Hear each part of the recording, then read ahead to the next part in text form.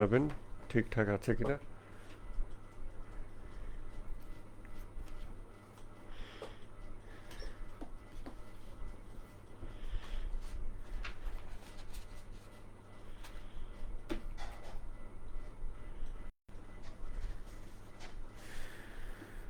আসসালামু আলাইকুম, বিসমিল্লাহির রহমানির রহিম। আমরা অষ্টম ক্লাস শুরু করতে যাচ্ছি চেহেল হাদিসের। আজকে ২৬ তারিখ। আমরা খোদাভীতি প্রসঙ্গে ক্লাস শুরু করেছিলাম কয়েকদিন আগে, ওটার কন্টিনিউশনে আজকে আলোচনা করব। আজকে অল্প কিছু বিষয় আলোচনা করা যাবে। আজকের বিষয় হইল ভয়ের মাকাম ও মাত্রা। গত ক্লাসে আমরা বেশ ভালো আলোচনা করেছি, বিশেষ করে ভয় এবং আশা দুটোরই সূচনা বিন্দু এটা সম্পর্কে আমরা দেখেছি যে দুটোর সূচনা হতে পারে থেকে। আমরা যখন ফিলোসফিক্যাল রিয়েলিটি, এটাকে ফিলোসফিক্যাল রিয়েলিটি এভাবে না বললেও হয়, যার কাছে যেভাবে প্রেজেন্ট করলে সুবিধা হয় আর কি। কারণ ফিলোসফিক্যাল রিয়েলিটি বললে কারো কাছে মনে হবে ও এটা খুব একটা হাই লেভেল ব্যাপার, আবার কারো কাছে আকর্ষণীয় হতে পারে বিষয়টা, জানতে আগ্রহী হতে পারে। আবার যদি কারো কারো এইগুলো অপছন্দ হয়, মনে হবে যে ধর্মীয় বিষয়ে ইসলামিক শব্দ আরবি শব্দ দিয়ে বলতে হবে, দর্শন শাস্ত্র এগুলো আবার কি। ইসলাম হলো একটা জিনিস, এর মধ্যে আবার শাস্ত্র কী জিনিস। এরকম চিন্তার মানুষকে আপনি যদি বলেন যে যে গডস ফিলোসফিক্যাল আন্ডারস্ট্যান্ডিং, এভাবে বললে এটা আবার তার কাছে অগ্রহণযোগ্য লাগবে।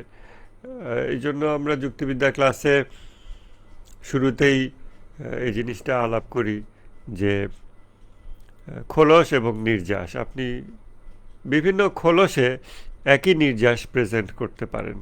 এখন আপনি যে কথাটা বলতেছেন তার নির্যাসটা ঠিক থাকতেছে কিনা, এটাই গুরুত্বপূর্ণ। আমাদের সেইটার একটু রিক্যাপ করে তার কন্টিনিউশনে আমরা আলাপ করি মুমকিনুল ওজুদ এবং ওয়াজিবুল ওজুদ, পসিবল এক্সিস্টেন্স এবং নেসেসারি এক্সিস্টেন্স, নেসেসারি বিইং, এইটার উপরে আমরা আলোকপাত করেছিলাম এবং সেখান থেকে আমরা কিভাবে ভয় শুরু হতে পারে সেটা দেখেছিলাম। আল্লাহর একজন অলির উক্তি ইমাম খোমেনি তার বইয়ে সরাসরি দিয়েছেন কিন্তু নাম উল্লেখ করেননি। উক্তিটা হচ্ছে, সবাই তার পরিণতি নিয়ে ভীত। পরিণতি মানে শেষ সময় বা শেষে যা হবে, কিন্তু শুরুতেই আমি তো প্রারম্ভেই ভীত হয়ে আছি। কথাটা মোটামুটি এরকম। মানে সবাই তার যাত্রার শেষ নিয়ে চিন্তিত, শেষ নিয়ে ভয় পাচ্ছে, কিন্তু আমি তো শুরুতেই ভয় পেয়ে গেছি। তো এই যে আল্লাহর অলি একজন, তিনি যে কথাটা বলছেন যে আমি তো শুরুতেই আতঙ্কিত হয়ে গেছি, এইটা এই ওয়াজিবুল ওজুদ এবং মুমকিনুল ওজুদ এই আন্ডারস্ট্যান্ডিং থেকে আসে। এখন আজকের বিষয়টা হলো stages and degrees of fear. প্রত্যেকের জ্ঞান অনুযায়ী সে আশা করে এবং ভয় করে, তার মাকাম এবং মাত্রা নির্ধারিত হয়। মাকাম এবং মাত্রা এই দুটো শব্দ একটু ইলাবোরেট করা দরকার আছে। এটা হয়তো আগে আমি এভাবে আলাদা করে ইলাবোরেট করি নাই, সো যারা আগেও ক্লাস করেছেন এইসব তারাও একটু নোট নিতে পারেন। মাকাম হলো স্টেজ বা স্তর, লেভেল, স্টেজ, এ ধরনের যাই বলি, অনুবাদে বিভিন্ন শব্দ ব্যবহার করা যেতে পারে। মাকাম হচ্ছে অবস্থিতির জায়গা, যেখানে মানুষ অবস্থান করে। এটা কিছু সময়ের জন্য অবস্থান করুক, তাতেও সেটা তার মাকাম। তো মাত্রা কি জিনিস? মাত্রা হচ্ছে ওই মাকামের ফ্লোর ভ্যালু থেকে সিলিং ভ্যালুর যে রেঞ্জ, এখানে আপনি অনেক মাত্রা পাবেন, কিন্তু সেটা একই মাকামের ভিতরে। মাকামগুলো কিভাবে ডিসাইড হচ্ছে? সম্ভবত যেটাকে আমরা এতদিন ক্লাসগুলোতে এই ফ্রেমওয়ার্ক বলেছি, অথবা দ্বিমাত্রিক এবং ত্রিমাত্রিক দুটো আলাদা সিস্টেম এভাবে যে বলেছি, এগুলো এক একটা মাকাম নির্ধারণ করে। এবং মাত্রা হচ্ছে ওই অবস্থার ভিতরে যখন সে আরও বেশি জ্ঞান অর্জন করে, ওই মানে ওই সেট আপে, ওই সিস্টেম, ওই সীমাবদ্ধতা, ওই মানদণ্ড ব্যবহার করে যত দূর জ্ঞান অর্জন করা সম্ভব। যেমন আমরা দুটো মাকামকে তুলনা করে দেখাতে পারি, ইন্টেলেকচুয়ালি বোঝার চেষ্টা করতে পারি। একটা হচ্ছে আল্লাহ তাআলা কোরআনে বলতেছেন, যা কিছু ভালো আল্লাহর পক্ষ থেকে এবং যা কিছু মন্দ তোমাদের হাতের উপার্জন। এইটা একটা মাকাম, এটা যদি কেউ বোঝে তখন এটা একটা মাকাম। এইটা না বুঝাও আর একটা মাকাম হইতে পারে, যখন সে মনে করে ভালো কিছু আমার উপার্জন, মন্দ কিছু আমার উপার্জন, আমার ভালো উপার্জনের জন্য আমি পুরস্কৃত হব, আমার মন্দের জন্য আমি নিন্দিত হব। দুটোই আমার হাতের কামাই। আমি নামাজ পড়লাম, রোজা রাখলাম, এটাও আমার উপার্জন। আমি নামাজ বাদ দিলাম, আমি খারাপ কাজ করলাম, এটাও আমার হাতের উপার্জন। এই রকম যখন সে কোনো মানুষ মনে করতেছে, এটা একটা মাকাম, এটা একটা স্টেজ। এই স্টেজে এই দৃষ্টিভঙ্গি থেকে সে অনেক অনেক কাজ করতে পারে। এই দৃষ্টিভঙ্গি থেকে এর মধ্যে সে তার আমলের অনেক মাত্রা অর্জন করতে পারে। এই দৃষ্টিভঙ্গির ভিতরে থেকে তার আশা এবং ভয়ের মাত্রা বিভিন্ন রকম হতে পারে, বিভিন্ন রকম হতে পারে। তো সে ভাবতে পারে যে হ্যাঁ, আমার এতগুলো ভালো কাজ আমি করেছি, এরকম সে ভাবতে পারে, এবং তার ভিত্তিতে সে কিছুটা আশাবাদী হতে পারে। আমরা এই সংক্রান্ত একটা হাদিসে কুদসিও পরে দেখবো ইনশাল্লাহ। আবার সে কোনো মন্দ কাজ করেছে, সে দেখলো যে হ্যাঁ আমি এটা করেছি, এ ব্যাপারে সে তখন ভীতও হতে পারে। এখন এই আশা এবং এই ভয়, এই দৃষ্টিভঙ্গির ভিতরে থেকেই খুব কম ভয় এবং কম আশা থেকে বেশ অনেক দূর ভয় এবং অনেক দূর আশা হতে পারে, কিন্তু দৃষ্টিভঙ্গি একই থাকতেছে, যে আমি ভালো কিছু অর্জন করলাম, আমি মন্দ কর্ম করলাম, দুটোই আমার হাতের উপার্জন, আমি করছি, এইভাবে দেখা। তাহলে ওইটা হলো মাত্রা। আর মাকাম হচ্ছে যখন তার দৃষ্টিভঙ্গি পরিবর্তন হয়। দৃষ্টিভঙ্গি পরিবর্তন খুব সিম্পল কোনো কথা না। দৃষ্টিভঙ্গি পরিবর্তন মানে কোনো মানদণ্ড চেঞ্জ হয়ে যাওয়া, কোনো সূত্র বদলে যাওয়া। যখন সূত্র বদলে যায়, যেমন সহজ উদাহরণ আবার দেই, দ্বিমাত্রিক এবং ত্রিমাত্রিক ব্যাপার। যখন দ্বিমাত্রিক জগতে কেউ থাকতেছে, ত্রিমাত্রিক জগতে জাম্প করতেছে, ত্রিমাত্রিক জগতে গেলে এতদিন সে যা কিছু দেখতেছিল প্রত্যেকটার দৈর্ঘ্যপ্রস্থই সে নিয়ে সন্তুষ্ট ছিল। এবার সে প্রতিটার উচ্চতা নিয়েও কথা বলতেছে, উচ্চতা নিয়ে ভাবতেছে, উচ্চতা নিয়ে চিন্তা করতেছে। কোনো জিনিসকেই সে উচ্চতাবিহীন দেখতেছে না, শুধুমাত্র দৈর্ঘ্য এবং প্রস্থ আছে এমন কিছু সে দেখছে না। ত্রিমাত্রিক জগতে সব কিছুতেই সে উচ্চতাটাও দেখতে পাচ্ছে, এবং উচ্চতার আবার মাত্রাগত পার্থক্য সে দেখতে পাচ্ছে, কোনোটা উচ্চতা বেশি, কোনোটা উচ্চতা কম, এটা হলো মাত্রাগত পার্থক্য। কিন্তু দ্বিমাত্রিক থেকে ত্রিমাত্রিকে জাম্প করা, এটা হলো মাকামগত পার্থক্য। আশা করি এবার একটু সহজে বোঝানো গেছে। তো এই যে মাকাম এবং এই যে মাত্রা,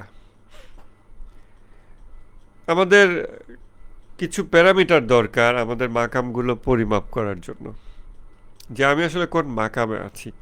তো ওইটা যেটা বলতেছিলাম, যে কেউ যখন মনে করে সে নিজেই ভালো কাজ করে, সে নিজে মন্দ কাজ করে, এটা একটা মাকাম, এটা একটা দৃষ্টিভঙ্গি, এটা একটা স্টেজ। দেন আরেকটা স্টেজ হতে পারে যখন সে কোরআনে ওই আয়াতে দিকে নজর করে যেখানে আল্লাহ বলছেন যা কিছু ভালো আল্লাহর পক্ষ থেকে, যা কিছু মন্দ মানুষের হাতের উপার্জন। তখন সে আরেকটা মাকাম অর্জন করতে পারে। এটা ইন্টেলেকচুয়ালি বুঝলেই মাকাম অর্জন হয়ে যায় তা না, বাট ওটাতে হার্ট কনভিন্সড হওয়া, ওইটা এক্সপেরিয়েন্স করা, ওইটাতে ইয়াকিন সৃষ্টি হওয়া, তখন হয়তো আমরা বলতে পারি সে ওইখানে কারণ মাকাম হলো অবস্থিতির জায়গা, যেখানে মানুষ অবস্থান করে। তো কোনো কিছু সিম্পলি বুদ্ধিবৃত্তিকভাবে বুঝলেই যে সেখানে আমি অবস্থান করতেছি তা কিন্তু না।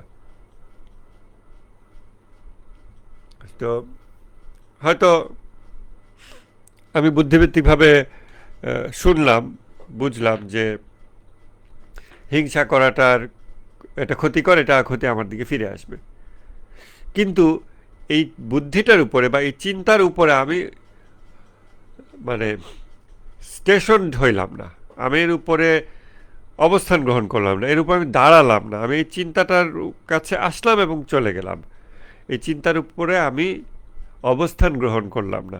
যদি অবস্থান গ্রহণ করি তখন বলতে পারবো যে আমি এই মাকামে অবস্থান করতেছি, বা আমি যে মাকামে অবস্থান করি এই মাকাম হলো হিংসাকে এভাবে দেখে। তো আমাদের ধর্মীয় জ্ঞান অর্জন বেশিরভাগ এরকম হয়ে যায় যে আমরা অনেক উচ্চ মাকাম সম্পর্কে পরিচিতি লাভ করি, কিন্তু সেখানে অবস্থিতি গ্রহণ করি না, সেখানে আমরা থাকি না। ইটস অ্যাজ ইফ আমরা একটা 3 স্টার হোটেলে ভিজিট করলাম, দেখলাম সব কিছু সুন্দর, ও এখানে থাকলে তো অনেক সুন্দর হতো, বাট আমার ইচ্ছা হচ্ছে না, আমি থাকলাম না। আমি একটা 5 স্টার হোটেলে গেলাম, ও it's so beautiful, it's good, এটা স্বাস্থ্যের জন্য ভালো, এখানে সব ফেসিলিটি আছে, এটা গুড লিভিং কন্ডিশন, সব কিছু আমি এগ্রি করলাম, বাট আমি সেখানে থাকলাম না। আমি হয়তো ময়লা নোংরার মধ্যে থাকাটাকে প্রেফার করতেছি, তো আমি আবার ফিরে গেলাম ময়লা নোংরার মধ্যে, এবং সেখানে আমি অবস্থান, আমার অবস্থিতি ওইখানে হচ্ছে, দীর্ঘ সময় আমি ওখানে অবস্থান করতেছি ময়লা নোংরার ভিতরে, তখন আমার মাকাম অ্যাকচুয়ালি ওইটা। যদিও আমি থিওরিটিক্যালি আমি গেছি, ভিজিট করে আসছি 3 star hotel, 5 star hotel visit করে আসছি, বাট আমি যেখানে থাকি ওই জায়গাটা যদি নোংরা হয় তাহলে আমার অ্যাকচুয়াল মাকাম হলো ওইটা।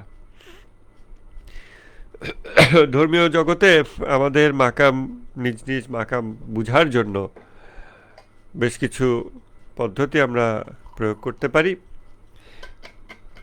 একটা সহজ জিনিস হচ্ছে যে নিফাক, মুখে এক অন্তরে আর একটা, এবং সেটা কর্মেও সেটা রিফ্লেক্টেড হয়। আমরা যেটা করতে পারি, যেসব থিওরি আমরা মুখে বলি বা থিওরি পড়েছি, জেনেছি, সঠিক বলে দাবি করি ইত্যাদি, অ্যাটলিস্ট আমাদের ব্রেন ওগুলো ভিজিট করেছে, ওই কথাগুলো শুনেছে, ওইগুলো আমি আমল করতেছি কিনা। তাহলে আমি যতই মুখে ইমাম মাহদি আলাইহিস সালামের কথা, ইমাম আলীর কথা, এ কথা ও কথা বলতেছি, কিন্তু আমি যদি ওই জিনিসগুলোতে অবস্থান না করি, ওইটা আমার মাকাম না, এটা খুব ক্লিয়ার থাকতে হবে। হয়তো আমরা অনেকে এই বিষয়ে ক্লিয়ার, আবার ক্লিয়ার নাও হতে পারে। অনেকের অনেক সময় সোশ্যাল সিচুয়েশনের কারণে সে আত্মপ্রতারণা করে এবং মনে করে সুপিরিয়রিটি কমপ্লেক্স যেভাবে সৃষ্টি হয় যখন সে রিয়েলিটি থেকে ডিসকানেক্টেড হয়ে যায়, সে মনে করে যে এই চারিদিকে তো সব সাধারণ গরু খাওয়া মুসলমান, এদের তো কোনো কিতাব কোরআনে জ্ঞান নাই, ইতিহাস জানে না, যুক্তিতর্ক জানে না, এরা তো ইমামত সম্পর্কে জানে না, ইসলামের হাকিকতই তো আছে ইমামতের ভিতরে, আমি ইমামত জেনে গেছি, আমি এটা জানি, ওটাই সঠিক, এরকম এরকম ভাবতে ভাবতে সে মনে করে যে সে ওই মাকামে আছে। তার ক্লাস, মানে এটা বললে মানে সহজ বোঝা যায়, তার সোশ্যাল ক্লাস অন্য মুসলিমদের থেকে সে হাই ক্লাস মুসলিম, সেটা মনে করতেছে, এরকম ফিল করে। হয়তো কম বেশি অনেকেরই এরকম হয় আমাদের পরিবেশে। সে অটোমেটিক ধরে নিয়েছে যে তার মাকাম ওই মানুষদের থেকে ডিফারেন্ট এবং উন্নত, কিন্তু আসলে তার মাকাম ডিফারেন্ট এবং উন্নত কিনা এটা মেপে দেখার বিষয়। এটা মেপে দেখতে হবে যে সে যেই ব্যক্তি বা যেই মানদণ্ডের কথা বলে সে নিজেকে ডিফারেন্ট মাকামের মুসলিম মনে করতেছে, ওই মানদণ্ডগুলোতে সে অবস্থান গ্রহণ করে কিনা, অবস্থান গ্রহণ করে কিনা। তাহলে মুখে আলীর নাম বলতেছে, আলীর কোনো একটা প্রিন্সিপাল বা দুইটা প্রিন্সিপাল খুব ক্লিয়ার কাট, যেটা সে অ্যাবাইড বাই করে কিনা, মেনে চলে কিনা, দিনের পর দিন, মাসের পর মাস, বছরের পর বছর, তখন সে বলতে পারবে ওকে আমি একটা মাকামে অবস্থান করছি যেই মাকাম আলীকে বিশ্বাস করে, পরিপূর্ণ না, বাট দুটো বিষয় বিশ্বাস করে। কারণ আমি দেখলাম যে বিগত 1-2 বছর, 5 বছর, 10 বছর আমি আলীর এই মানদণ্ড অনুযায়ী চলছি, তাহলে ওটাতে আমি অবস্থান গ্রহণ করেছি। তখন আমি ভাবতে পারবো, আমি কেউ অহংকার করুক বা না করুক, সে এর বাস্তবতাটা বুঝতে পারবে যে ঠিক আছে, তার মাকাম এমন যেটা আরও অনেকের মাকামের থেকে ডিফারেন্ট, অন্যদের থেকে ডিফারেন্ট হওয়াটাই বিশেষ কিছু না না, বাট আরেকটা লোক পাশে আছে, তার থেকে আমার মাকামটা আরেক রকম, উন্নত হতে পারে, অবনত হতে পারে, বাট এটা রেগুলার, এটা রিয়েলিস্টিকভাবে মেপে দেখার বিষয়। এটা সিম্পলি যে আমরা উন্নত, আমি উন্নত বা এরকম সুপিরিয়রিটি কমপ্লেক্স খুব সহজে চলে আসে যদি কেউ বুদ্ধিভিত্তিকভাবে স্বচ্ছ না থাকে। সে খুব সহজে নিজেকে high class, high society something ভেবে ফেলতে পারে, উন্নত মাকাম মনে করতে পারে। এই জন্য একটা যে সকল মানদণ্ড দ্বারা একটি মাকাম নির্ধারিত হয়, ওই সকল মানদণ্ডের উপরে অবস্থান গ্রহণ করেছি কিনা বিগত দীর্ঘ কত বছর ধরে, এইটা পরিমাপ করার মাধ্যমে আমরা বুঝতে পারবো আমার অ্যাকচুয়াল মাকামটা কোথায়। আর ওই একই বিষয়ে আমি যদি আমার আমলগুলো দেখি বিগত বছরগুলোতে, এবং ওই আমল যেই মানদণ্ডের সাথে সঙ্গতিশীল সেই মানদণ্ডটা বের করে আনি, তখন আমি বুঝতে পারবো যে আমার মাকাম আসলে কোনটা। হতে পারে আমি জোহদে আলীর কথা বলতেছি, আলীর জোহদ, অ্যাসেটিজম অফ আলী, এটার কথা বলতেছি। আলী এরকম ছিল, আলী ওরকম ছিল, আলী 3 দিন না খেয়েছিল, আলী সেহরি ইফতার শুধু পানি দিয়ে করেছে। আমি এগুলো মুখে বলতেছি, এগুলো বারবার চর্চা করতেছি, এগুলো বারবার বলার রিস্ক আছে, অনেক রকম রিস্ক আছে। আমি না বলেও উপায় নেই, চর্চা না করেও উপায় নেই, কিন্তু আবার চর্চা করার সাথে সাথে রিস্ক হচ্ছে যে ওইটার উপরে অবস্থান গ্রহণকারী না হয়ে সে ওইটার কথা বলার মাধ্যমে সে ফলসলি নিজেকে মনে করতে পারে যে সে ওই মাকামে উঠে গেছে। আলীর অনুসারী, আলী তো পানি দিয়ে সেহরি ইফতার করে, আমি তো আলীর অনুসারী, 3 দিন শুধু পানি খেতেছিল। কিন্তু দেখা যাবে সে যদি মেপে দেখে যে সে নিজে একটা রোজা শুধু পানি খেয়ে করছে কিনা জীবনে একবারও, যে সেহরি ইফতার দুটো উইলফুলি, এইভাবে না যে আমি ঘুমাই গেছিলাম, রাত 2টার সময় ঘুম ভাঙছিল, ভাবলাম আবার 3টা ঘুম ভাঙতে কষ্ট হবে, যাক 2 ঢোক পানি খেয়ে নেই, এটাকেই সেহরি গণ্য করে নেব, তারপরে সেহরি পানি খেয়ে রোজা আসি। হ্যাঁ, কিন্তু ইফতার তো শুধু পানি খেয়ে, এটা তো সম্ভব না আমাদের কারো, ঘটছে বলে আমার মনে হয় না, ঘটে থাকলে খুবই অ্যাক্সিডেন্টালি, বাট উইলফুলি মনে হয় না। তাহলে আমরা যদি আলীর জোহদের কথা বলি এবং বলে মনে করি আমি নিজেকে আলীর শিয়া দাবি করছি, আমি একটা মাকামে উঠে গেছি, এরকম এরকম মনে করতে থাকি, এটা টোটালি একটা কল্পনা জগতে বাস করা একটা মিথ্যা ব্যাপার হবে। এটা আসলে সেই ব্যক্তির মাকাম না। সে তখন দেখবে যে আমার সেহরি ইফতার কি দিয়ে হয়, আলীর সেহরি ইফতার কি দিয়ে হইতো, এবার মেপে দেখি, তাহলে আমার সেহরি ইফতারের সাপেক্ষে আমার মাকামটা আলীর না হয়ে হয়তো মুয়াবিয়ার মাকাম। এটা আরই চান্স বেশি আমাদের, অ্যাটলিস্ট বাংলাদেশি মুসলমানদের কথা আমি বলতে পারি, আমাদের সেহরি ইফতারটা মনে হয় মুয়াবিয়ার মাকামেই বেশি সঙ্গতিশীল। এইভাবে প্র্যাকটিক্যালি আমরা দেখতে পারি যে মানদণ্ড দিয়ে আমি কোন মাকামে অবস্থান করতেছি, এইভাবে। তো ফলস অ্যাট্রিবিউশন যেন না হয়, এটা ব্যাপারে সতর্ক থাকতে হবে। এই হচ্ছে মাকাম এবং মাত্রা। মাত্রার বিষয়টা সহজ, যেহেতু ইরফান প্র্যাকটিক্যাল শাস্ত্র, অতএব এখানে আমাদের প্র্যাকটিক্যালি পরিমাপযোগ্য বিষয় থাকতে হবে এবং পথ পদ্ধতি জানতে হবে যে কিভাবে আমি প্র্যাকটিক্যালি নিজেকে পরিমাপ করে দেখবো যে হ্যাঁ আমি এটাতে লজ্জা পাওয়ার কিছু নাই যদি আমাদের খাদ্য, শারীরিক বিশ্রাম, আরামায় সেই দিক থেকে আমরা মুয়াবিয়ার মাকামে অবস্থান করি। এটা দুর্ভাগ্যজনক হলেও এটা স্বীকার করে নেওয়া ভালো। নিজের কাছে স্বীকার না করলে নিজের পরিবর্তনের কোনো সূচনা হবে না। দেন ওকে, দিস ইজ মাই রিয়ালিটি, এবং আমি এটা থেকে ইমপ্রুভ করতে চাই। কিন্তু আমি এই মুয়াবিয়ার রিয়ালিটিতে বসবাস করে মুখে আলী আলী বলতে থাকবো এবং মনে করতে থাকবো যে আমি আলীর সাথে সামহাট কানেক্টেড হয়ে গেছি, আমি তো নুহের নৌকায় উঠে গেছি। এগুলো শুধু কল্পনার জগতে বসবাস করা এবং বাস্তবতা থেকে ডিসকানেক্টেড হওয়া। এই হচ্ছে মাকাম। তো আমাদের প্রত্যেকেই নিজ নিজ মাকাম পরিমাপ করে দেখতে হবে, এবং মাকাম পরিমাপ করার অনেক মানদণ্ড আছে। কোন বিষয়ের মাকাম, কোন বিষয়ে আমি কোন মাকামে আছি, বিভিন্ন মানদণ্ড আছে। তো খোদাভীতি প্রসঙ্গে আমরা যখন নিজের মাকাম মাপতে যাব, যে আসলে আমি আল্লাহকে কতটা ভয় করি, আল্লাহকে ভয় করার সাপেক্ষে আমি কোন মাকামে অবস্থান করছি, একতলা, দোতলা, তিনতলা, চারতলা, পাঁচতলা, আমি কয় তলার বাসিন্দা, এইটা আমাদের যদি মেপে দেখতে হয় এবং মেপে দেখা উচিত। এবং আমরা যে হাদিসটা পড়েছি, যে হাদিস থেকে আমরা এখানে আসলাম, হাদিসটা হলো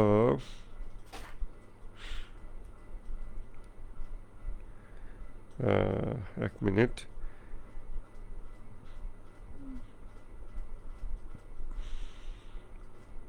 হাদিসটা ইমাম জাফর সাদিক আলাহ ইসলামের থেকে, যখন লোকমান হাকিম তার ছেলেকে নসিহত করেছেন, সেই নসিহতের ব্যাখ্যায় ইমাম জাফর সাদিক আলাহ ইসলাম কথা বলছেন।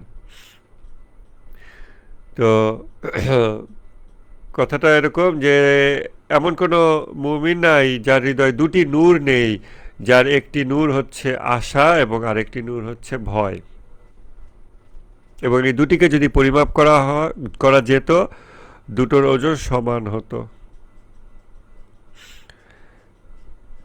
তো এখানে আমরা যখন পরিমাপ করে দেখব যে ভয় এবং আশা, এই ব্যাপারে আমার মাকামটা কেমন, তখন পরিমাপের মূল মানদণ্ড কি হবে?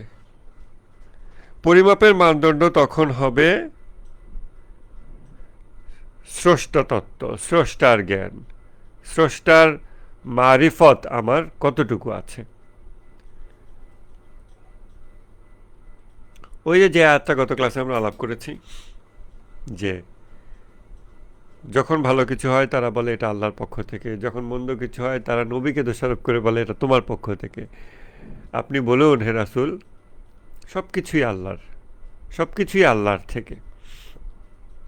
তো যে উদাহরণটা আমরা প্রথমে শুরু করলাম, যে কেউ ভাবে আমি ভালো কাজ করছি, আমি মন্দ কাজ করছি, দুটোই আমার উপার্জন, আমার অর্জন, আমি এটার ফল ভোগ করব, ভালোর ফল ভোগ করব, সবই আল্লাহ বলে দিছে, ইসলামিক। আবার কেউ ভাবতে পারে শুধু মন্দগুলোই আমার উপার্জন, ভালোগুলো আমার উপার্জন, ওটা আল্লাহ দয়া করে আমাকে দিয়েছে। যদিও মনে হয় আমি সেজদা দিলাম, আমি রোজা রাখলাম, কিন্তু আল্লাহ আমাকে এই ব্যাপারটা দিয়েছে বলে আমার দ্বারা এটা সম্ভব হয়েছে। এটা এর থেকে উন্নত মাকাম, কারণ এখানে মানদণ্ড পরিবর্তন হয়ে যাচ্ছে, এখানে এমন একটা দৃষ্টিভঙ্গি পরিবর্তন হয়ে যাচ্ছে। ইটস অ্যাজ ইফ আগে আপনি জিজ্ঞাসা করতেন সব কিছুরই হয় দৈর্ঘ্য এবং প্রস্থ আছে, এখন আপনি ত্রিমাত্রিক জগতে চলে আসলেন এবং আপনি জিজ্ঞাসা করতেছেন দৈর্ঘ্য প্রস্থ সব কিছুরই আছে, কিন্তু এটার উচ্চতা কত, প্রতিটা জিনিসই কিছুটা উচ্চতা আছে। এখন যেমন আপনি সব কিছুর উচ্চতা দেখতে পাচ্ছেন, তো তখন ওই ব্যক্তি সকল ভালো কাজ আল্লাহর এটা দেখতে পাচ্ছে, এটাতে সে অবস্থান গ্রহণ করে। যদি তার ভালো যা কিছু জীবনে অর্জন হয়, এর জন্য যদি সে মেপে দেখে যে এর জন্য আমি অহংকারী হচ্ছি না, এর জন্য আমি জালেম হয়ে উঠছি না, এভাবে সে মেপে দেখে, তখন সে ভাবতে পারে যে ঠিক আছে, আমার যা কিছু ভালো আছে এগুলোর আমিও অর্জন করেছি, আমার এই অহংকারটা আমার ভিতরে কাজ করছে না, বরং আমি প্রতিটাই আল্লাহর দয়া ভিক্ষা এই হিসাবে দেখতে পাচ্ছি। তখন সে ওই মাকামে অবস্থানকারী ব্যক্তি হিসেবে পরিগণিত হবে। এর থেকে উপরের আরেকটা মাকাম কি হতে পারে? সৈয়দ হাসান নাসরুল্লাহর ভিডিওটা গতকালকে দেখিয়েছি, তিনি বলছেন সবই আল্লাহর হাতে। আমরা আমরা আমাদের সংস্কৃতিতে এটাই বিশ্বাস করি যে সব কিছুই আল্লাহর হাতে। তো এটা আরও উপরের একটা মাকাম। তখন এই প্রশ্ন করাটা ভুল হবে যে তাহলে মন্দ কাজও কি আল্লাহ করাচ্ছে? কারণ এই যে মন্দ এবং ভালো, এই দুটো জিনিস দিয়ে আপনি যখন জগৎকে দেখেন, আমি যখন জগৎকে দেখি, তখন এটা একটা সার্টেন মাকামে এই দুটো ফিল্টার দিয়ে দেখতে হয়।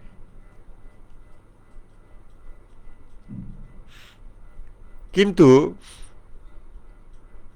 যে মাকামে সব কিছুই আল্লাহর পক্ষ থেকে, কর্মজগতে আল্লাহর সার্বভৌমত্ব, এই বিষয়টাকে ধারণ করা হয় যে মাকামে, যেই স্টেজে, সেইখানে এই দুটো চশমা নাই। অতএব ওইখানে যদি আপনি ওই প্রশ্ন করেন, এটা ভুল প্রশ্ন করা হচ্ছে। যদিও উদাহরণটা দিলে, এখন একটা উদাহরণ দিতে চাচ্ছি, উপমা দিতে চাচ্ছি, এটা রিভার্স হবে বাট বুঝার স্বার্থে। ধরেন ত্রিমাত্রিক জগৎ থেকে আপনি দ্বিমাত্রিক জগতে আপগ্রেড করলেন। হ্যাঁ, দ্বিমাত্রিক জগৎ ধরে নেন এটা আপগ্রেড হওয়া। এখন ত্রিমাত্রিক জগতে সব কিছুর আপনি 3টি প্রশ্ন করতে পারতেন, এটার দৈর্ঘ্য কি, প্রস্থ কি এবং এটার উচ্চতা কি। কিন্তু আপনি এখন দ্বিমাত্রিক জগতে আপগ্রেড করলেন, অথবা দ্বিমাত্রিক জগতে আপনি আলাপ করতেছেন, আপনি এখনো ত্রিমাত্রিক জগতের বাসিন্দা, এবং আপনি প্রশ্ন করতেছেন যে দৈর্ঘ্য প্রস্থ তো আছে বুঝলাম, কিন্তু উচ্চতাটা কোথায়? তাহলে কি উচ্চতা প্রস্থের মধ্যে ঢুকে গেল, নাকি এটা দৈর্ঘ্যের মধ্যে ঢুকে গেল? এই যে প্রশ্নগুলো আপনি করতেছেন, এই প্রশ্নগুলো সৃষ্টি তখনই হয় যখন আপনি ত্রিমাত্রিক জগতে থাকেন। দৈর্ঘ্য প্রস্থ উচ্চতা 3 ডাইমেনশনাল। এবং ত্রিমাত্রিক জগতে থেকে আপনি যখন দ্বিমাত্রিক জগতের বিষয়ে আলাপ করতেছেন, যে দৈর্ঘ্য প্রস্থ বুঝলাম কিন্তু উচ্চতাটা কই গেল, ঠিক আছে ভালো সব আল্লাহর পক্ষ থেকে বুঝলাম, তাহলে খারাপটাও কি আল্লাহর পক্ষ থেকে? তাহলে যেহেতু সবই আল্লাহর পক্ষ থেকে বলা হচ্ছে ওই মাকামে, খারাপটাও কি আল্লাহর পক্ষ থেকে? দ্বিমাত্রিক জগতে তো উচ্চতা বলে কিছু নাই। তাহলে আপনি দ্বিমাত্রিক জগতে যখন উচ্চতা সংক্রান্ত প্রশ্ন করেন, তখন এটা ভুল প্রশ্ন করা হয়।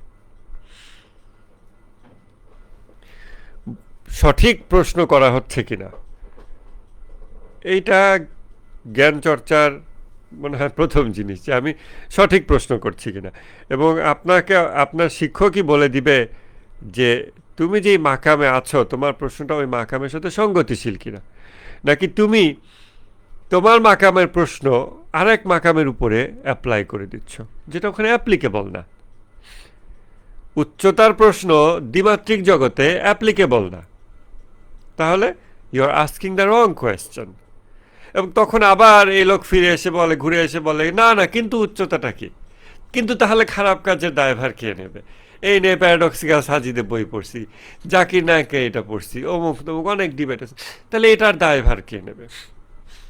সে যে আবার এই প্রশ্ন করতেছে, এটা ইটসেলফ প্রমাণ করে যে তার মাকাম আপগ্রেড হয় নাই, তার ফ্রেমওয়ার্ক আপগ্রেড হয় নাই, সে উপরের মাকামে যাইতে পারে নাই।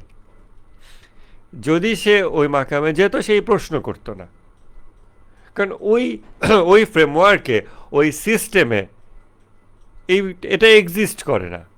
এটা অবান্তর প্রশ্ন, এটা ভুল প্রশ্ন। তো ফ্রেমওয়ার্ক আপগ্রেড বা মাকাম আপগ্রেড হওয়া মানদণ্ড সমূহের সেট সহকারে এক একটা স্টেজ থেকে আরেকটা স্টেজে জাম্প করা, আপগ্রেড হওয়া বা ডাউনগ্রেডও হইতে পারে কারো। এইটা একটা বিষয় যেটা আমাদের খুব কম আলোচিত হয়। বরং প্রশ্নোত্তর সমূহ সংঘটিত হয়ে থাকে যার যার মাকামের ভিতরেই,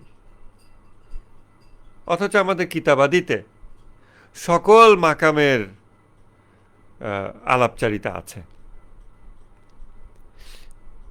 এবং কিছু প্রশ্নের উত্তর পেতে হলে যে ওই মাকামে যেতে হবে, এইটা মাথায় না রেখে যখন আমার মাকামের বিষয় দিয়েই আমি সব মাকামকে প্রশ্ন করব, আমি ভালো এবং মন্দ এই বাইনারি জিনিস দিয়েই সকল মাকামকে প্রশ্ন করব, এটা যখন কেউ মনে করে, তখন সে মাত্রা বৃদ্ধির চেষ্টা করতেছে, কিন্তু মাত্রা একটা সিলিং ভ্যালু আছে, ওই সিলিং ভ্যালু রিচ করার পর এরপর অবশ্যই তার ফ্রেমওয়ার্ক আপগ্রেড করতে হবে, তার মাকাম আপগ্রেড করতে হবে। সে যদি এরপরেও মাকাম আপগ্রেড না করে, তার ধর্মীয় যাত্রা আর অগ্রগতি হবে না। কারণ প্রতিটা স্তরেই একটা সর্বোচ্চ লিমিট আছে, যে এই স্তরে আপনি সর্বোচ্চ কতটা ইবাদত করতে পারবেন, সর্বোচ্চ আল্লাহর কতটা ঘনিষ্ঠ হইতে পারবেন আপনার এই মাকামে থেকে। যে মাকামে আপনি মনে করেন ভালো উপার্জন, ভালো কাজ আপনার, মন্দ কাজ আপনার, দুটোই আপনার হাতের উপার্জন, আপনি যেই মাকামে আছেন এটা মনে করছেন, এই দৃষ্টিভঙ্গি সহকারে আল্লাহর ঘনিষ্ঠতা সর্বোচ্চ কত দূর সম্ভব এর একটা সীমা আছে। সেটা অবশ্যই ওই মাকামের থেকে কম যেই মাকামে সকল ভালো কিছু আল্লাহর দয়া ভিক্ষা বলে মনে করা হয় এবং সকল মন্দ কিছু মানুষের উপার্জন হিসেবে দেখা হয়।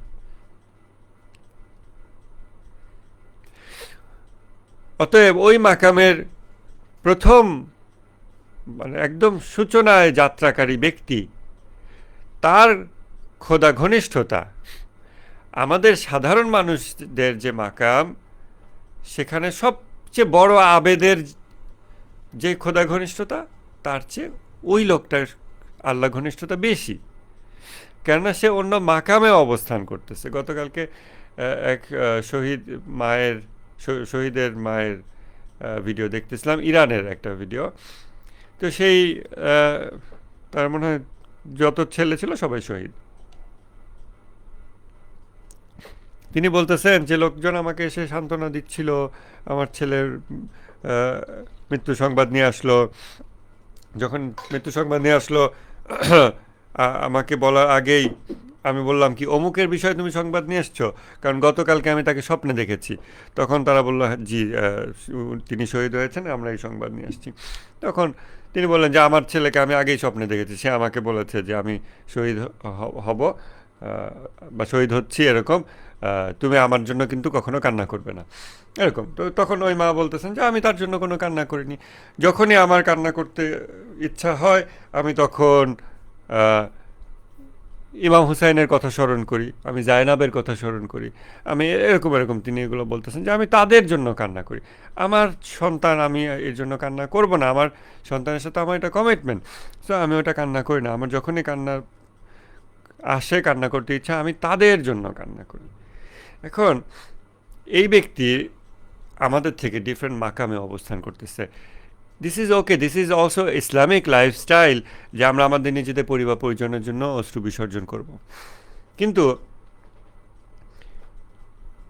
আমার পরিবার, আমার সন্তানের জন্য আমি অশ্রু বিসর্জন করব না, আমি শুধুমাত্র মাসুমিনদের শোকাহত হব, এটা আরেকটা মাকাম।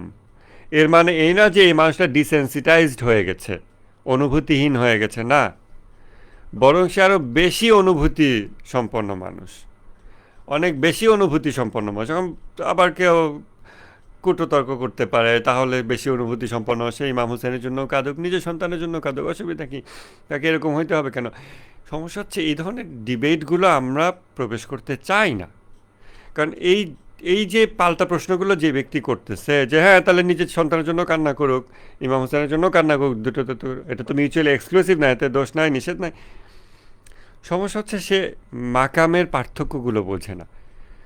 কেননা মেবি সে কনসাসলি এক মাকাম থেকে আর এক মাকামে শিফট করে নাই তার লাইফে, যখন তার মানদণ্ডসমূহ সে পরিবর্তন করেছে জীবনে, এবং সেই মানদণ্ডের উপরে সে অবস্থান গ্রহণ করেছে, ওখানে সে স্টে করতেছে ওইটাতে। মেবি সে এটা করে নাই, যে কারণে সে তর্ক করে যাচ্ছে। এবং তখন এ ধরনের লোকদের সাথে তর্কে আমরা যদি লিপ্ত হই, যেটা কোনো মানেই হয় না, তর্কে লিপ্ত হলে তখন আমরা যার মানে যাকে গ্লোরিফাই করতেছি, তাদের অবস্থানকে মানে জাস্টিফাই করার জন্য বিতর্ক করে টোরে, যে না ইমাম খোমেনি নিজের ছেলের মৃত্যুতে কাঁদে না, এটাই বেশি বড় ইমান, এটা প্রমাণের জন্য আবার তখন আমরা একটা অপ্রয়োজনীয় তর্কে লিপ্ত হই, যেই তর্ক দ্বারা ওই ব্যক্তির মাকাম আপগ্রেড কখনোই হয় না ওই তর্কের মাধ্যমে। আর ওই ব্যক্তির মাকাম আপগ্রেড না হলে সে খোমেনিকে কখনো বুঝতেই পারবে না, খোমেনির ওই ব্যাপারটা বুঝতে পারবে না। সে খোমেনিকে দেখবে বিপ্লবী হিসাবে, যেভাবে আমাদের দেশে অনেকে, আমরা এখন নতুন বিপ্লবী দেখতেছি, প্রিভিয়াস অনেক বিপ্লবী, আমরা পৃথিবীর অনেক ইতিহাসে অনেক বিপ্লবী দেখি, খোমেনিকে আরেকটা বিপ্লবী হিসেবে দেখবে। কিন্তু খোমেনিকে ওইভাবে দেখার জন্য, বোঝার জন্য যে নিজের সন্তানের মৃত্যুতেও সে কাঁদবে না, যখন প্লেনে এসে আছে তাকে বলা হচ্ছে যে আপনি এত বছর পরে দেশে ফিরছেন, আপনার অনুভূতি কি? তিনি বললেন কিছুই না। তো এই যে এই কথাগুলো, ওইটা সে বুঝতে পারবে না। এখন আমরা তার সাথে কি অযথা তর্ক করব, যা দ্বারা সে খোমেনি ওই ব্যাপারটা কখনোই হৃদয়ঙ্গম করতে পারবে না, এর কোনো মানে হয় না। বরং ওইটা তাকে হৃদয়ঙ্গম করানোর জন্য আমাকে সেই পথ পদ্ধতি কলাকৌশল অবলম্বন করতে হবে, যেই পথ পদ্ধতি কলাকৌশল অবলম্বন করলে ওই ব্যক্তির ফ্রেমওয়ার্ক আপগ্রেড হয়, ওই ব্যক্তির মাকাম আপগ্রেড হয়। আপনি জাস্ট একটা মানুষের মাকাম আপগ্রেড করে দেন, আপনি দেখেন সে কি করে, আপনি দেখেন সে কত কিছু সিম্পলি যেগুলো আমাদের হাজার ঘন্টা বিতর্ক করে বোঝানো যেত না, সে সিম্পলি অ্যাকসেপ্ট করে নিতেছে। জাস্ট আপনি মাকাম আপগ্রেড করে দেন, আপনি ফ্রেমওয়ার্ক আপগ্রেড করে দেন, আপনি মৌলিক মানদণ্ডে পরিবর্তন এনে দেন, এবং এটার বিভিন্ন সুনির্দিষ্ট পদ্ধতি আছে।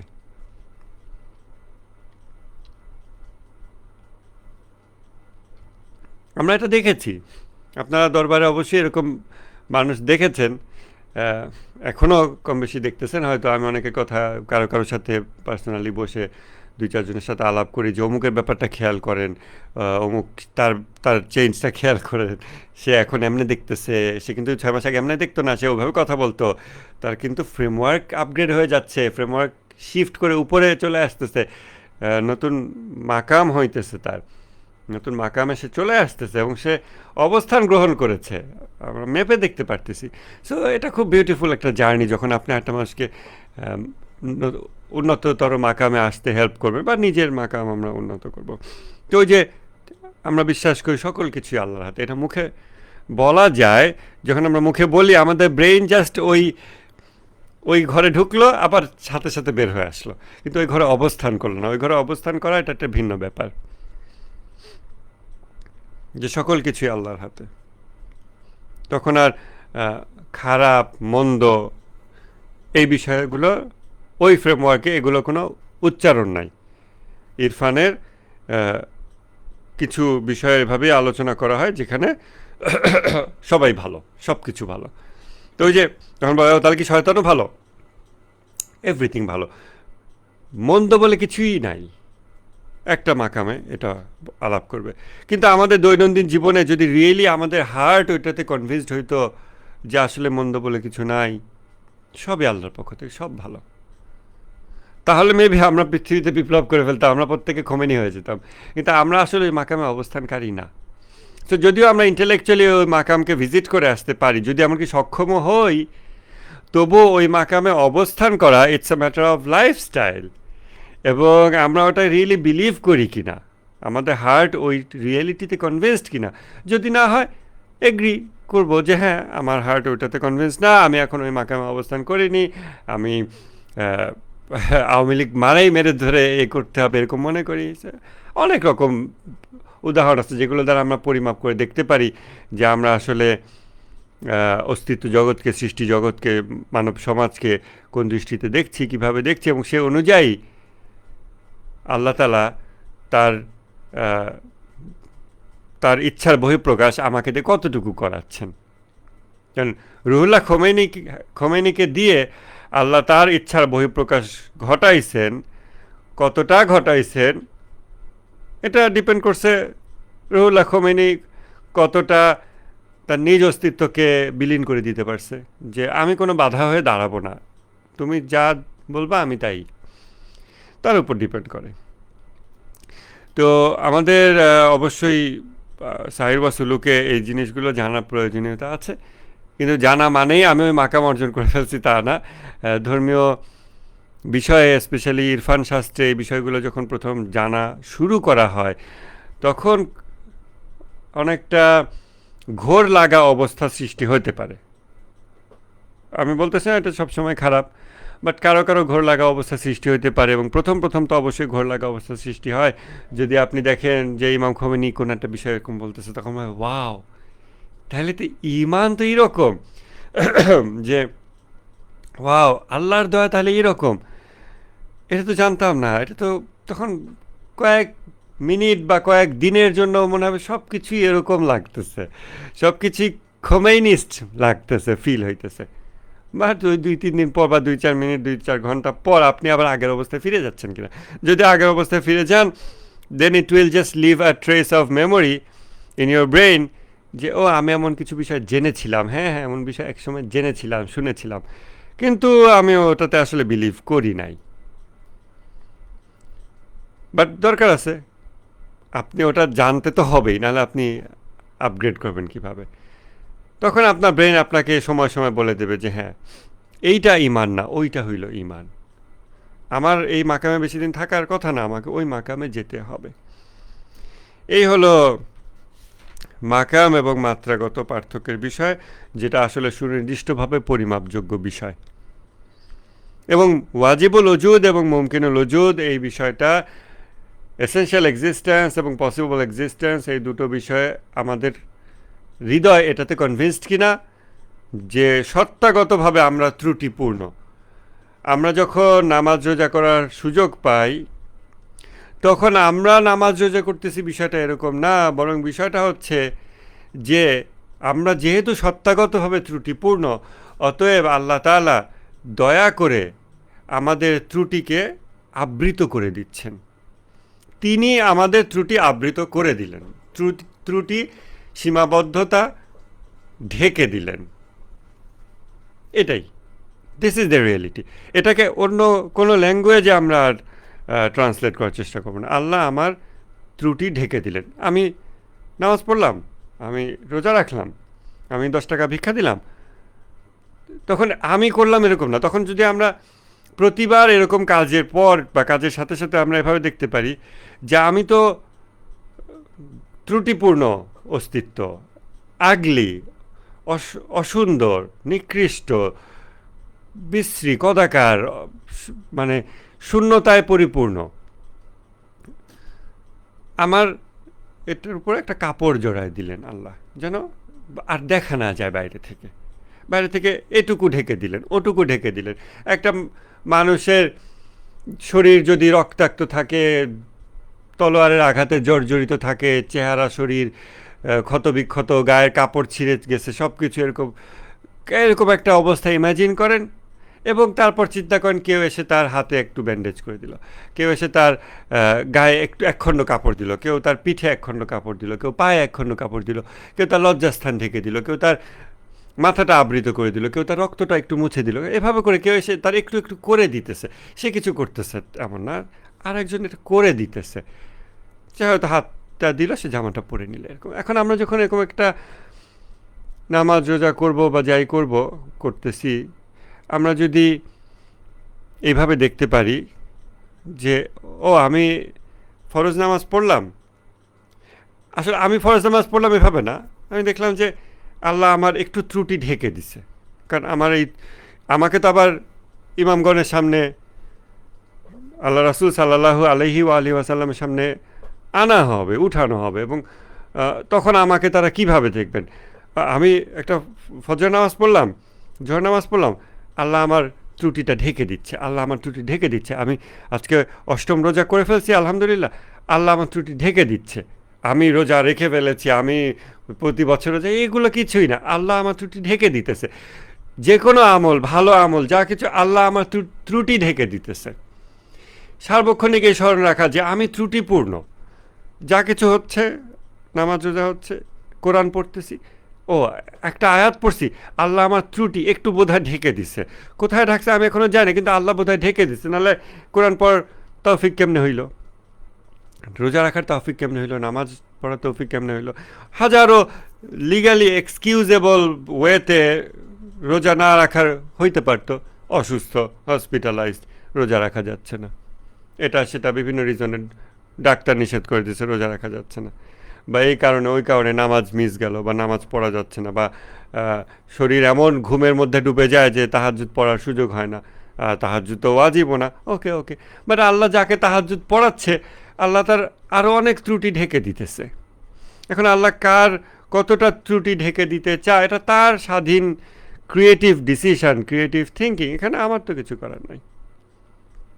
খালি আমি বড় যে শুকরিয়া আদায় করতে পারি যে আমার এটা ঢেকে দিয়েছে। এটাও একটা স্তর। এর থেকে উপরের স্তর হচ্ছে যেটা ইমাম খোমেনি মেনশন করছেন, যে শুকরিয়া আদায় করার জন্য শুকরিয়া আদায় কিভাবে করব। এটা শুধু বাক্যের খেলা না, এটা একটা রিয়েলিটি, যেটার দিকে ইমাম খোমেনি আমাদেরকে নিয়ে যাওয়ার চেষ্টা করতেছেন চেহেল হাদিসে। এবং আরেকটা স্তর হয় যখন সে আমার ত্রুটি ঢেকে দিল আল্লাহ এই জন্য শুকরিয়া, এইভাবে এদিকেও সে মনোযোগ না দিয়ে আল্লাহ তাআলা যে একটা ত্রুটিপূর্ণ সত্তার ত্রুটি ঢেকে দিতেছেন, এই ব্যাপারটাতে সে ইমপ্রেসড হইতে থাকে, এই ব্যাপারটাতে সে মুগ্ধ হইতে থাকে। এটা এই জন্য যে ও আমার একটা সমস্যা দূর করে দিয়েছে, শুধু এই জন্য যদি যখন আমার ব্যাপার হয় তখন আর একজনের হলে সেম মুগ্ধতা কাজ করে না। কিন্তু যখন ঘটনাটা ইটসেলফ তার কাছে মুগ্ধতা সৃষ্টিকারী হয়, যে বাহ কি সুন্দর ব্যাপার, যে একজন শিল্পী তার তুলির আঁচড়ে এই দাগগুলো মুছে দিতেছেন, সেটা এইখানের দাগ মুছে দেওয়া হোক, ওইখানের দাগ মুছে দেওয়া হোক, যে কোনো জায়গায় দাগ মুছে যায়, ওয়াও, এটা সুন্দর একটা গল্প, এটা একটা সুন্দর দৃশ্য, সে সমান মুগ্ধ হয়, সমান খুশি হয়। তখন হয়তো সে এই যে আমাকে আল্লাহ দয়া করছে এই জন্য খুশি হচ্ছি, আরেকজন দয়া করছে দেখে কম খুশি হচ্ছি, বা ওটা ওকে এটা আমার concern, that's none of my concern, এরকম। তখন হয়তো সে ওই লেভেল থেকে আরেক লেভেল আপগ্রেড হয়, যখন সে চারিদিকে he sees beauty happening all around him, চারিদিকে সুন্দর ঘটনা ঘটতে যাচ্ছে, চারিদিকে বিউটিফুল এভরিথিং। তখন হয়তো বলা যেতে পারে যে সুফিরা যেটা একটা মাকাম সম্পর্কে বলেন যে প্রতি নিঃশ্বাসে নবজীবন লাভ করা, এটা অসাধারণ একটা মাকাম, যেখানে একজন মানুষ সময়ের সাথে সাথে আরও তরুণ হইতে থাকে। এবং আমার মনে হয় যে আমাদের রাহবার সাইদ আলী খামেনির দিকে তাকালে মনে হবে যে সময়ের সাথে সাথে আরও তরুণ হচ্ছে, আরও ইয়াং হচ্ছে, আরও মনে হয় চেহারা দিয়ে নূর আসতেছে, আরও সুন্দর হচ্ছে, আরও মায়াময় হয়ে যাচ্ছে, এরকম।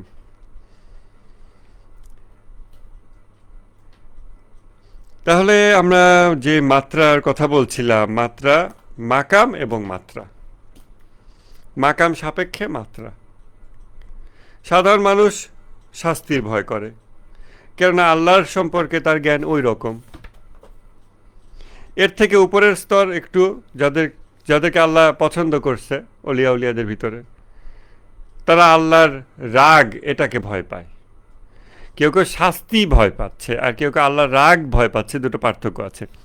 রাগ ভয় পাচ্ছে মানে সে রাগ হয়েছে, এর মানে যে সে আমাকে মার দেবে তাও না, শাস্তি দেবে তাও না, বাট তার রাগ হওয়াটাই আমার একটা ভয় পাওয়ার কারণ, যে সে কেন রাগ হবে।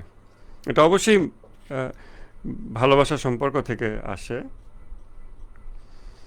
এবং আরও নির্বাচিত ব্যক্তি যারা ইমাম খোমেনি এখানে বলতেছেন, তারা ভয় করে, তাদের ভয়ের মাত্রাটা কেমন, তাদের ভয়ের মাত্রা তাদের মাকাম অনুযায়ী।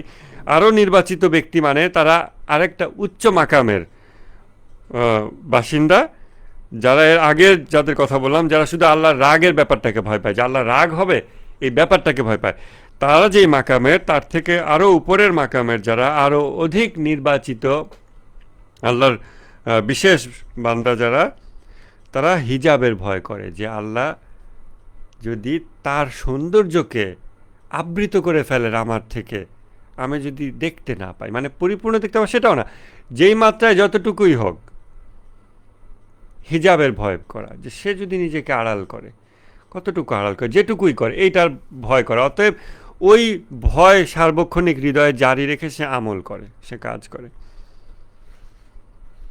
এটা মাওলা আলী আলাইহিস সালাম সম্পর্কে একটা বর্ণনা এরকম পাওয়া যায়, যে কেউ একজন এসে মা ফাতিমা সালামুল্লাহি আলাইহা তার কাছে এসে বললেন যে আলী মরে গেছে।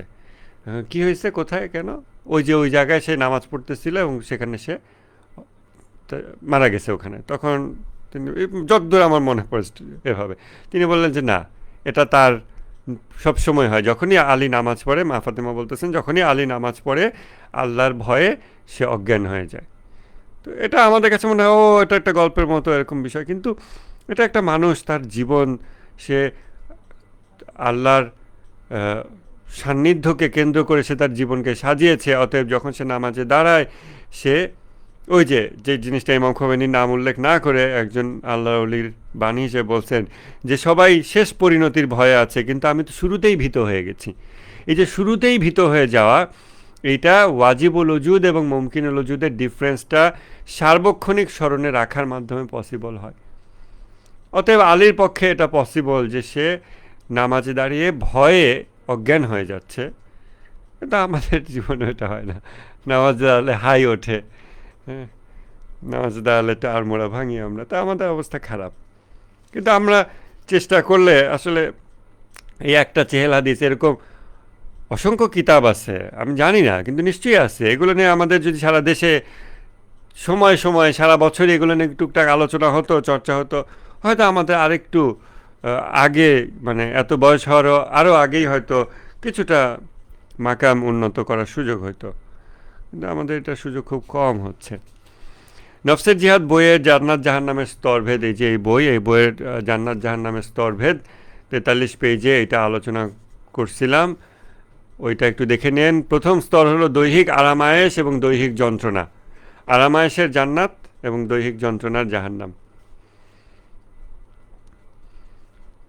জান্নাতের প্রাথমিক এই যে আমরা যেহেতু উন্নত মাকামের নই, অতএব আমরা জান্নাতে বস্তুগত ভোগবিলাস আশা করি। এ কারণে জান্নাতে প্রাথমিক স্তরের বর্ণনাগুলোই আমাদের স্মরণে থাকে যখন কোরআন পড়ি। কোরআনে কিন্তু জান্নাতের সব স্তরের বর্ণনা আছে, কিন্তু আমরা দেখতে পাই না, আমাদের চোখ এটা দেখে না। আমাদের চোখ শুধু বস্তুগত স্তরের বর্ণনাগুলো দেখে এবং স্মরণে রাখে, যে কারণে জান্নাতের কথা ভাবলে আমরা মনে করি যে নানান ফলমূল, একটা সবুজ কাপড়ের সোফায় হেলান দিয়ে বসে থাকবো, ছায়া থাকবে, পাশ দিয়ে শরবত থাকবে, এগুলো নিয়ে খেতে থাকবো এবং বিভিন্ন হুরদের কল্পনা করব। এবং বিপরীতে জাহান্নাম বলতে আমরা শুধু শরীর আগুনে পুড়বে এইটার কনসার্ন আমাদের থাকে, অর্থাৎ আমরা বস্তুগত জগতের মায়াতে বন্দী আছি। এটা প্রথম হাদিসের ভিত্তিতে আমি যে বই লিখেছি সেখান থেকে। আর এই 14 নং হাদিসে ইমাম খোমেনি এই সেম জিনিসটা বলেছেন, দুনিয়ার লোভে দুনিয়া থেকে বিরত থাকা, দুনিয়ার লোভে দুনিয়া থেকে বিরত থাকা। এই যে এটা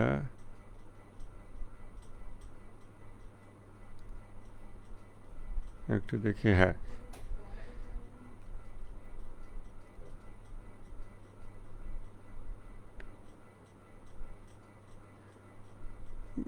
বস্তুত এই নিবৃত থাকা হচ্ছে দুনিয়ার স্বার্থে। অ্যাবসেন্স ফ্রম দ্য ওয়ার্ল্ড, হ্যাঁ। সো দুনিয়াবি পুরস্কারের আশায় দুনিয়া থেকে বিরত থাকা, অর্থাৎ এই জিনিসটা দুনিয়াবি পুরস্কারের আশায় দুনিয়া থেকে বিরত থাকা বা দুনিয়ার লোভে দুনিয়া থেকে বিরত থাকা, এই জিনিসটা সেলফ কন্ট্রাডিক্টরি মনে হয়। কিন্তু যেহেতু আল্লাহ রহমতে আমরা 14 নং হাদিসে এসে ওয়াজিবুল ওজুদ এবং মুমকিনুল ওজুদ এই বিষয়গুলোর উপরে আলোকপাত করতে সুযোগ পেলাম এবং মাকাম সমূহের পার্থক্যের উপরে আলোকপাত করার সুযোগ পেলাম, এখন আমরা এই বিষয়টা সরাসরি এই বাক্য থেকে তাৎপর্য গ্রহণ করতে ইনশাল্লাহ সমর্থ হব, যেখানে ইমাম খোমেনি বলছেন যে দুনিয়ার লোভে দুনিয়া থেকে বিরত থাকা। এর মানে এই না যে দুনিয়ার হারাম থেকে আমরা বিরত থাকতেছি, এই আবার এই হারামগুলো পাওয়ার লোভে এরকম হারামের প্রতি আমাদের আকর্ষণ, সেটা এইভাবে না। বরং দুনিয়ার লোভ বলতে মুমকিনুল ওজুদের প্রতি আকর্ষণ, পসিবল এক্সিস্টেন্সের প্রতি আকর্ষণ। সেটা যদি ইভেন জান্নাত হয়, জান্নাত আল্লাহর সৃষ্টি, সেখানে যা কিছু ভালো আরাম আয়েশ আর হোয়াট এভার, এগুলো আল্লাহর সৃষ্টি এবং মুমকিনুল ওজুদ ত্রুটিপূর্ণ। কিন্তু আমরা মনে হয় 12 নং হাদিসে না 11 নং হাদিসে মানুষের ফিতরাতের উপর আলোচনা করেছি। আল্লাহ তাআলা মানুষকে তার ফিতরাতের উপর সৃষ্টি করেছেন এবং আল্লাহর ফিতরাত মানে তাওহীদ। অতএব মানুষের ভিতরে ন্যাচারালি আল্লাহর প্রতি মুগ্ধতা, ওয়াজিবুল ওজুদের প্রতি মুগ্ধতা এবং সেই দিকে জার্নি করার ঝোঁক প্রবণতা থাকে ন্যাচারালি। ওই ঝোঁক প্রবণতা সম্পন্ন মুমকিনুল ওজুদ আমরা ত্রুটিপূর্ণ অস্তিত্ব, সত্তাগতভাবে ত্রুটিপূর্ণ অস্তিত্ব, আমরা যখন ওই দিকে ফোকাস কম দেই এবং অন্যান্য মুমকিনুল ওজুদ, অন্যান্য সত্তাগতভাবে ত্রুটিপূর্ণ অস্তিত্ব, সেগুলোর প্রতি মুগ্ধ হই এবং মুগ্ধতাকে কন্টিনিউ করি চর্চার মাধ্যমে, তখন এটাকে ইমাম খোমেনি ইন্ডিকেট করতেছেন দুনিয়ার লোভে দুনিয়া থেকে বিরত থাকে। এবং সেটা পাওয়ার জন্য আমরা অনেক কিছু থেকে বিরত থাকি, যেমন সুদ ঘুষ এর থেকে দূরে থাকলাম বা সামথিং এলস থেকে দূরে থাকলাম কেন, আমি বেহেশত হাসিল করব, এরকম আল্লাহর সন্তুষ্টি যার রেজাল্ট একটা জান্নাতে আমাকে একটি বাড়ি বানিয়ে দিও, মানে ইটস গুড, এটা তো হারাম না, কিন্তু বলতেছি যে এগুলো মানুষের যে ফিতরাত সেটা ইভেন ওটাতেও সন্তুষ্ট হবে তা কিন্তু না, ওটাতে সে থেমে যাবে তা কিন্তু না, কিন্তু এটা একটা মাকামের বর্ণনা, এটাকে নিন্দা করা হচ্ছে তাও না, বাট এটা একটা মাকামের বর্ণনা এবং আমাদেরকে খুব শান্তভাবেই বুঝতে হবে যে আমাদের মাকামসমূহকে আপগ্রেড করতে হবে অলওয়েজ।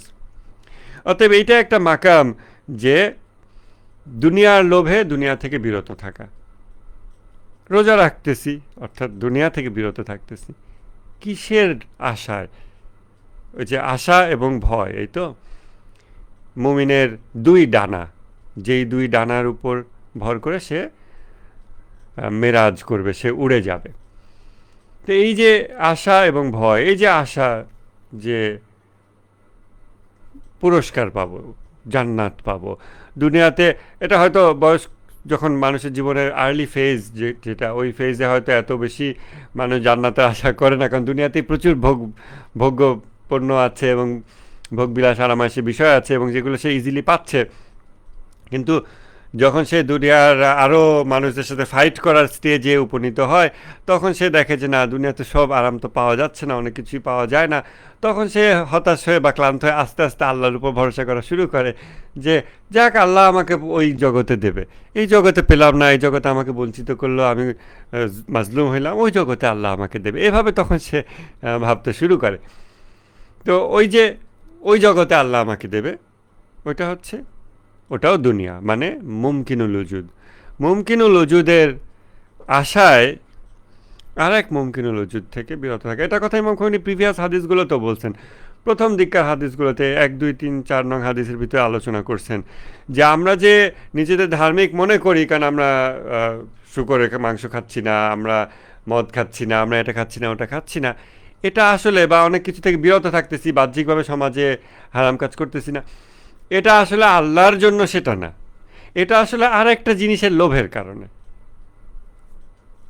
তখন ইমাম খোমেনি এই প্রশ্নটা করছেন যে নিজের হৃদয়কে জিজ্ঞাসা করে দেখো যে যদি বিষয়টা এমন হতো যে শরীয়তে যা কিছু হারাম বলা হয়েছে এগুলো হারাম না, যদি নিষেধাজ্ঞা তুলে দেওয়া হতো, কিন্তু এই জিনিসগুলোর তালিকা স্টিল থাকতো ইসলামে এবং বলা হতো যে তুমি যদি এইগুলো থেকে বিরত থাকো তবে আল্লাহ খুশি হবেন, আর যদি বিরত নাও থাকো তাও জান্নাত, সবাইকেই জান্নাত দেওয়া হবে, আরাম আয়েশ, খাদ্য, রিল্যাক্সেশন, এভরিথিং থাকবে, শুধুমাত্র এই কয়টা কাজ থেকে যারা বিরত থাকবে তারা যদি বিরত থাকে আল্লাহ খুশি হবে, জাস্ট এইটুকু। তাহলে নিজেকে জিজ্ঞাসা করে দেখো আমরা কি ওইসব কাজ থেকে আদৌ বিরত থাকতাম, যেখানে আমরা জানি যে এর শাস্তির বিষয় আছে, এটা জানা সত্ত্বেও আমরা মন্দ কাজ করতেছি, সেখানে যদি বলা হতো এর কোনো শাস্তিই হবে না, তোমাকে জান্নাত দেওয়াই হবে, শুধু এই 5-6টা কাজ থেকে বিরত থাকলে, বিষয় থেকে বিরত থাকলে আল্লাহ খুশি হবেন।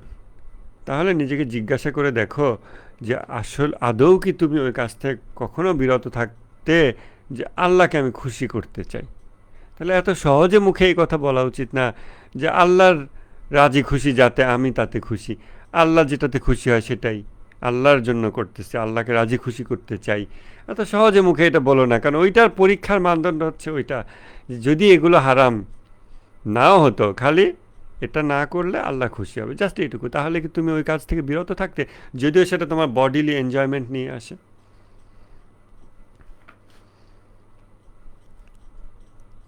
তারপরে একটা হাদিস আছে, আমরা আর ক্লাস এক্সটেন্ড করব না, সেটা হচ্ছে রাসূল সাল্লাল্লাহু আলাইহি ওয়া আলিহি ওয়াসাল্লামের হাদিস যে আমরা তোমার সেইভাবে ইবাদত করিনি যেইভাবে তুমি ইবাদত পাওয়ার যোগ্য, এবং আমরা তোমাকে সেইভাবে জানি নাই যেইভাবে পরিচিতির তুমি যোগ্য, মানে তোমাকে কেউ জানবে এইটার, যেটা তুমি হকদার, সেই হক আমরা পূরণ করতে পারিনি, সেইভাবে তোমাকে জানিনি, এবং জানার সাপেক্ষে কিন্তু ইবাদত হয়। সো রাসূল সাল্লাল্লাহু আলাইহি ওয়া আলিহি ওয়াসাল্লাম এখানে যেটা বলেছেন, যদিও জানার কথাটা এর পরে এসেছে এবং শুরুতে ইবাদতের কথা এসেছে, কিন্তু ইবাদত নির্ভর করে জ্ঞানের উপরে। আপনার জ্ঞান আপনার মাকাম নির্ধারণ করে।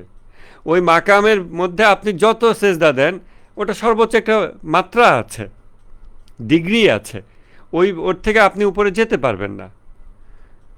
তো আমাদের নবীজি বলতেছেন যে তুমি যেভাবে পরিচিতি পাবার হকদার, সেইভাবে তোমার পরিচিতি লাভ আমরা করিনি, এবং তুমি যেভাবে ইবাদত পাবার হকদার, আমরা সেইভাবে ইবাদত করিনি। তারপরে একটা হাদিসে কুদসি আছে, ওটা আজকের মতো থাক। তাহলে আজকে আমরা কয়েকটা সুন্দর জিনিস দেখলাম, মাকামগুলোর ডিফারেন্স নিয়ে আলাপ করলাম, মানে মাকাম বিষয়টার উপরে একটু ফোকাস করলাম। আর দুনিয়ার লোভে দুনিয়া থেকে বিরত থাকা, এটা একটা সুন্দর বাক্য। এটা আমরা বাক্যটা খেয়াল করলেই আমরা এই মাকামগুলোর পার্থক্যের দিকে মনোযোগ চলে আসবে।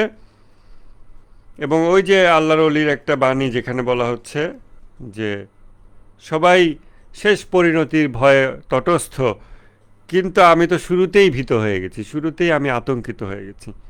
সেটা কেন?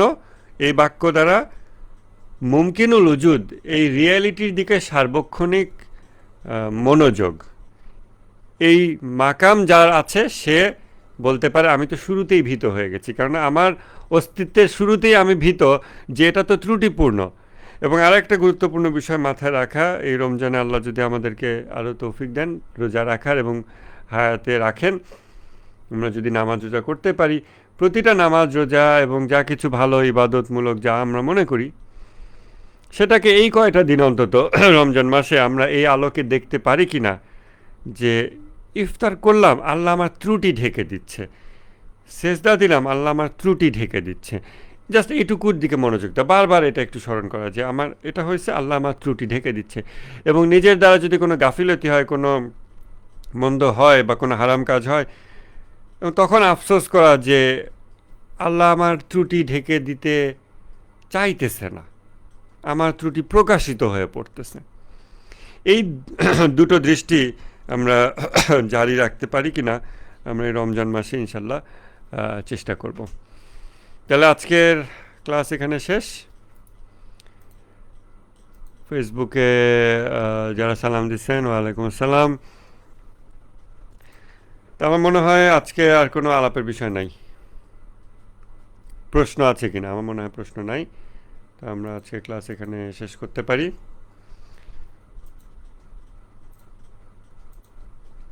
ঠিক আছে, আমরা আজকে ক্লাস শেষ করছি। সবাই ভালো থাকবেন। আসসালামু আলাইকুম।